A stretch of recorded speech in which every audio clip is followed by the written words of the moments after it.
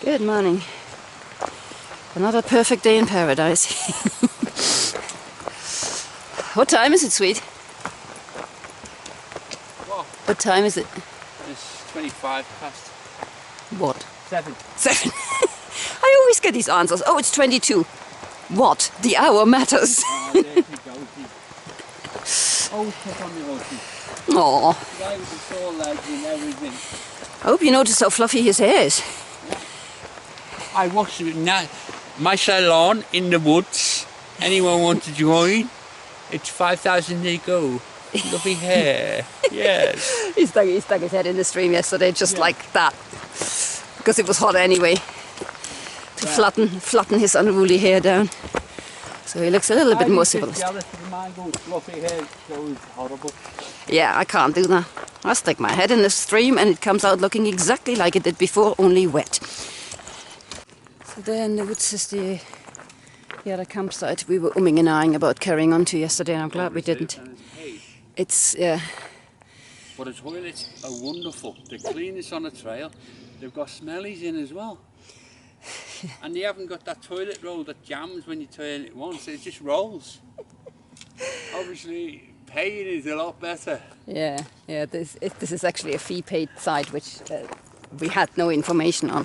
It's $24 a pitch, and obviously everything at the moment is reserved for tonight. So it's a good thing we didn't carry on till here. We could have used the facility and hiked on, but yeah. Probably about halfway through today's big climb, which is only about 1,100 foot.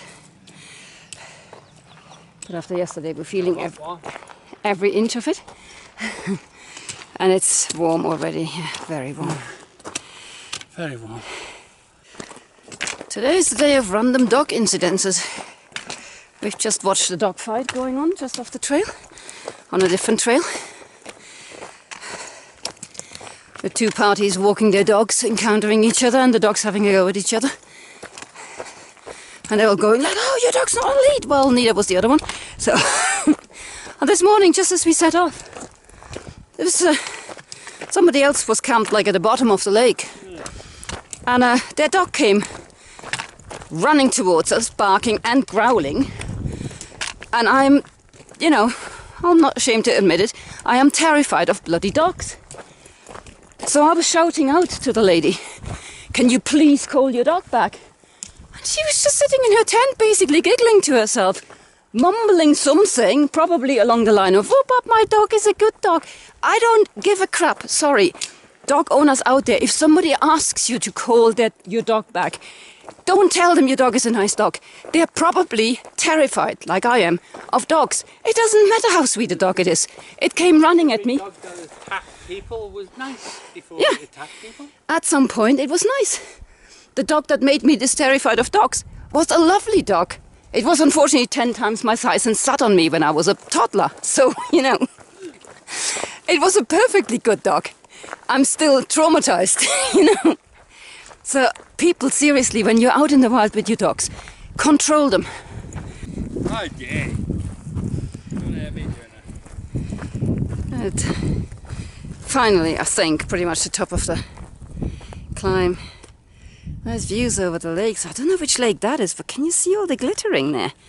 There's like car upon car upon car parked the entire road along. And there's still more arriving. That is a popular spot, whatever that is. And there seems to be a single campsite overlooking it as well. We lost the trail at the first opportunity. And we were just scrambling down this hill in the snow over there. That's what happens when Guttocks goes missing for 10 minutes. You just keep on following the direction you think you should go. And you Somehow we ended up nearly 200 foot below the trail, so we just had to climb 200 feet back up. That's Which is fine. But boring at the same time. Yeah. I know you think, how can you lose this trail? It didn't look like that, obviously, when we lost it. That's a fine view of what we think is Gold Lake. Oh wow, there's ships running on it. boats. Yeah, boats. Ships is what we'll see.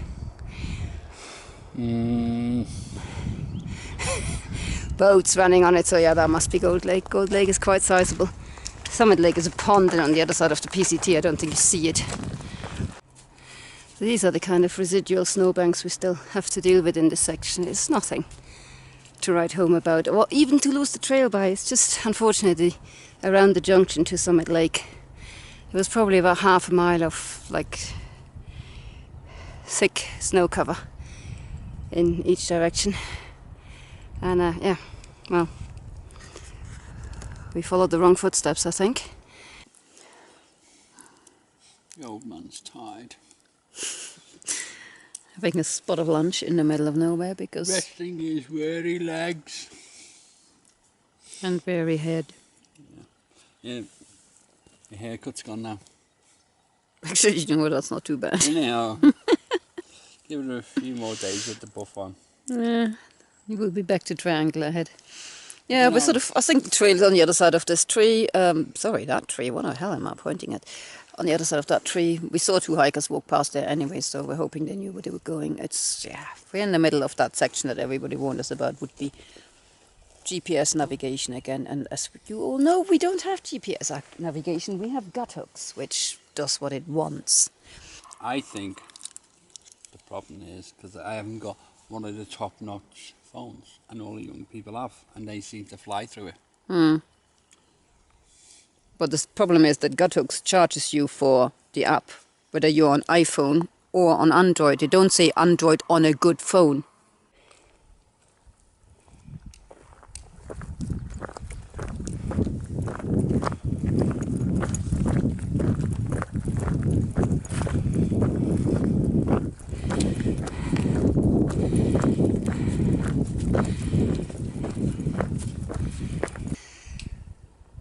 We're on another rock scramble to avoid a snow traverse. Mainly because we're more confident on rock than we are on snow, and also Brian's second microspike just snapped.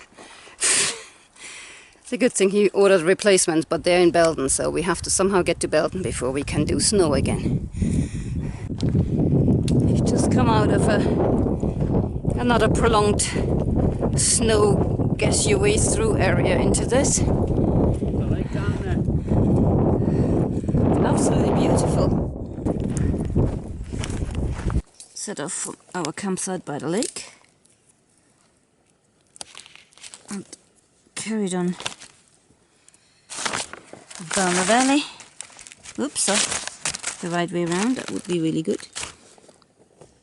Yeah, this was we reached Packsaddle campsite 2 miles later. That was the one that we didn't realize that we had aimed for as a possibility the night before and didn't realize it was a pay for. So this is yeah, it's not a PCT campsite. And then yeah, we started climbing pretty much straight out of that up the Deer Lake trail.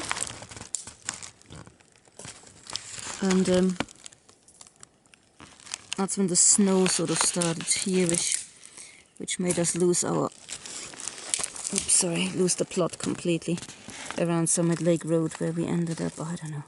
I think we were sort of towards Gold Lake. I think we were somewhere down there when we realized what had happened, and we had to backtrack all the way back up again. And it was on and off snowy from there on, really, for the next 3-4 miles.